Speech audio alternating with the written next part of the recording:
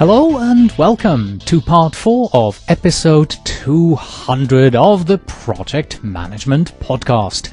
In case you haven't listened to part 1, 2 or 3, then let me just quickly remind you of what we are doing here for our anniversary episode. We have asked 20 thought leaders in project management one simple question. In your opinion, what is the number one challenge that project management is facing today, and how do we best address it?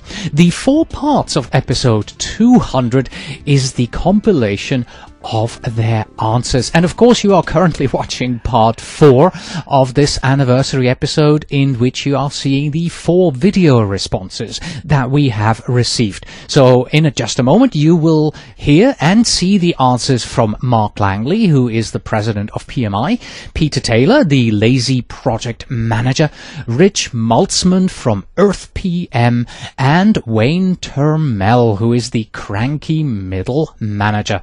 Enjoy.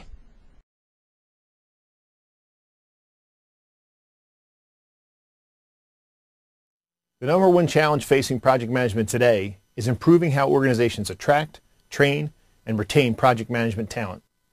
The Financial Times wrote recently that the profession is virtually recession-proof. Organizations are always looking for people who can demonstrate the ability to run their most important projects, and they are in short supply. That sounds like heaven for practitioners, but in fact, too many organizations aren't clear on what they're looking for and how it fits into their strategy. First, there's still too much of the executive attitude that project management is a tactical, nuts and bolts skill, something any good manager ought to be able to pick up along the way. They don't recognize it as a growing profession with its own body of knowledge, standards, and certification. They assign projects to people who are perfectly good line managers when they're managing routine operations with the same team day in and day out, but they don't know how to analyze the dependencies and risks of a unique initiative or hit the ground running with a project team. Second, there are organizations that do have pockets of excellence in project management, but may not see project execution as a strategic competency. The project is the traction point where the rubber meets the road for strategic execution. In a perfect world, every senior executive will understand that while operations reflect what the organization is today, its portfolio of projects determine what the organization will become. So organizations need to be investing in the right projects, and that demands more than good project managers in the trenches. It demands project and program management maturity, a culture that values projects as the fundamental steps in organizational change, learning, and growth.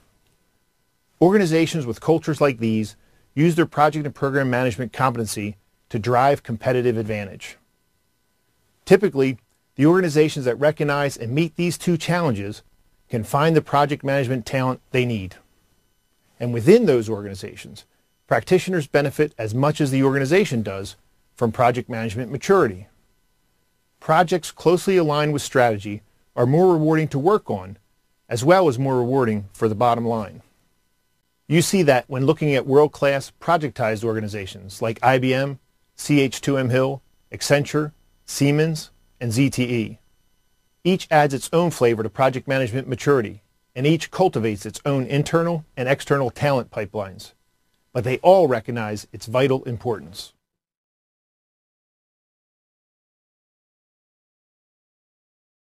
Hi there, my name is Peter Taylor. I am the Lazy Project Manager. I am also the author of Leading Successful PMOs and now The Lazy Winner. But I'm not here to talk about my books today. I'm here to talk about my friend Cornelius Fichtner. Cornelius tells me he's about to celebrate 200 episodes. That's 200 episodes of the Project Management Podcast. Well done, Cornelius. Well done indeed. As part of this, Cornelius asked me to talk about something I think is really important in project management today. And that's what I'm going to do. Project managers of the world, I am concerned. Your projects are under threat. Your projects are at risk.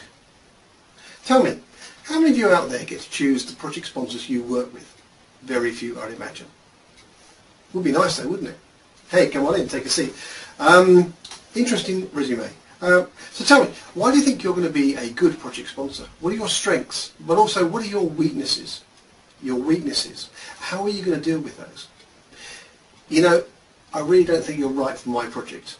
I suggest you go away and receive some more training in being a good project sponsor, and maybe next time around you can get the job. That would be great, wouldn't it? It's never going to happen though. No, but after that, then it's pretty important to have a good project sponsor. But like the saying goes, you can pick your friends, but you can't pick your relatives. And the same is true of project sponsors. What exactly is a project sponsor supposed to do? Well, responsibilities include providing direction and guidance for strategies and initiatives, negotiate funding for the project, actively participating in the initial project planning, identifying project steering committee members, working with the project manager to develop the project charter, and so on. Okay, a nice list. But do we really have good project sponsors out there that work in harmony with project managers the world over? To judge that, we need to look in more detail at what makes a good project sponsor.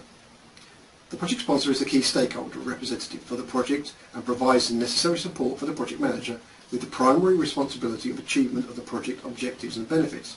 An inappropriate choice of project sponsor can seriously impact the possibilities of success of the project and provide you, the project manager, with an unwanted additional overhead. A potentially bad project sponsor will exhibit some or all of these behaviours. To be a successful partner in this project, then they need to be connected to you, the project manager, and to the project team. If they are remote, then that is a red flag for sure. And if they are too busy to meet, to discuss, and to aid, then that paints that red and even darker shade. If they avoid helping in the assignment of project roles and responsibilities and never have time to timely approve documents, then you have a problem that is reaching critical status. Throw in a dash of blaming anyone but themselves for any problems, then it's probably time to walk away. You are in real trouble, and so is your project. A bad sponsor is potentially your worst nightmare. Conversely, a good project sponsor will behave in the opposite manner in these areas and will happily act as advisor to the project manager and will focus on removing obstacles in the path of project success. All this is well and good, but to be truly fair to project sponsors around the world, how have they managed to gain this position of importance, and how have the companies that they've worked for supported them in this critical activity? I say let the campaign begin. It is said that a project is one small step for a project sponsor and one giant leap for the project manager. Wouldn't you feel so much better if you knew that the project sponsor's one small step made sure that your giant leap offered a safe and secure final landing? It has been my experience that the skill profile of project managers continues to grow, and more organisations are developing project managers in a disciplined and mature manner. But the same cannot be said of all project sponsors. Many wrongly believe that the project sponsor is just a figurehead that is never called to active duty. How wrong. How very wrong. There is a lack of personal development and support and sources of information and guidance for project sponsors, and it is needed urgently, I believe. And so I would like to launch the campaign for real project sponsors, where we see real investment in anyone who acts in such a key role. Project managers of the world deserve this. Okay, I need you to come with me. Come on, this is really important. I want you to join me. Join me in the campaign for real project sponsors. We want real project sponsors. Congratulations, Cornelius. A fantastic achievement. 200 episodes, and the PM podcast is going stronger every month. If I was an American, I'd say something like awesome, dude, but I'm not. I'm British, so I will just say jolly well done, old chap. All the best from the Lazy Project Manager.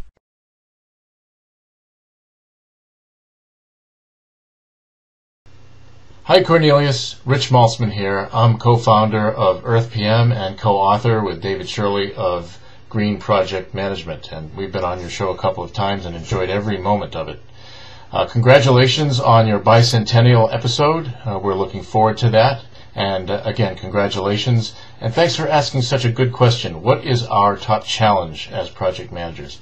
I'm going to combine that with challenge, responsibility, and opportunity. Those three things, I think, all come together in adding sustainability thinking into our projects.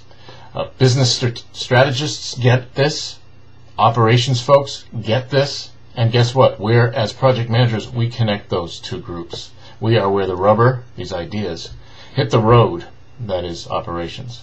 So I think sustainability thinking and integrating that into our projects is our greatest challenge, responsibility, and opportunity moving forward. That's my story, and I'm sustaining with it. Thanks, and good luck with your bicentennial. Take care. Hi, Cornelius, and hello, everybody. This is Wayne Termel, the Cranky Middle Manager and the host of the ConnectedManager.com blog. And congratulations. on 200 episodes. You've been an immense help to project managers, and I've been pleased and happy to be some tiny little part of your work in the past. You asked me to comment on what I think is a big challenge facing project managers going forward. And truthfully, it's all about managing communication and information. And the problem is not having the tools and the technology to cross time, space, and distance. I really believe we've got an immense number of tools at our disposal. I think the challenge for project managers and their teams going forward is finding effective ways to choose which tools to use for which purpose, managing the communication, and establishing the human communication relationships that allow information to flow and get the project manager out of being the conduit for that information. Teams need to be self-sustaining. Information needs to flow much more freely. Technology is a way to do that. It's not the end in itself. So I really believe that using technology well, running good web meetings, getting people to adopt all the tools at their disposal, and building great human relationships is going to be the #1 challenge for project managers going forward. I look forward to hearing how you tackle this topic in the future. Again, congratulations. 200 episodes is really terrific. And if you're looking for an adjunct to your work there, you can check us out at the Cranky Middle Manager podcast or at theconnectedmanager.com blog, where we talk about remote teams, technology, and how to get your projects done. Really look forward to talking to you soon. Thanks, everybody. Have a great day. And that's it for today. Thank you very much for watching. As always, you can find us on the web at pm-podcast.com. Please send your emails to info@pm-podcast.com. And when you write, yes, please do tell me where in the world you are writing from. Until next time.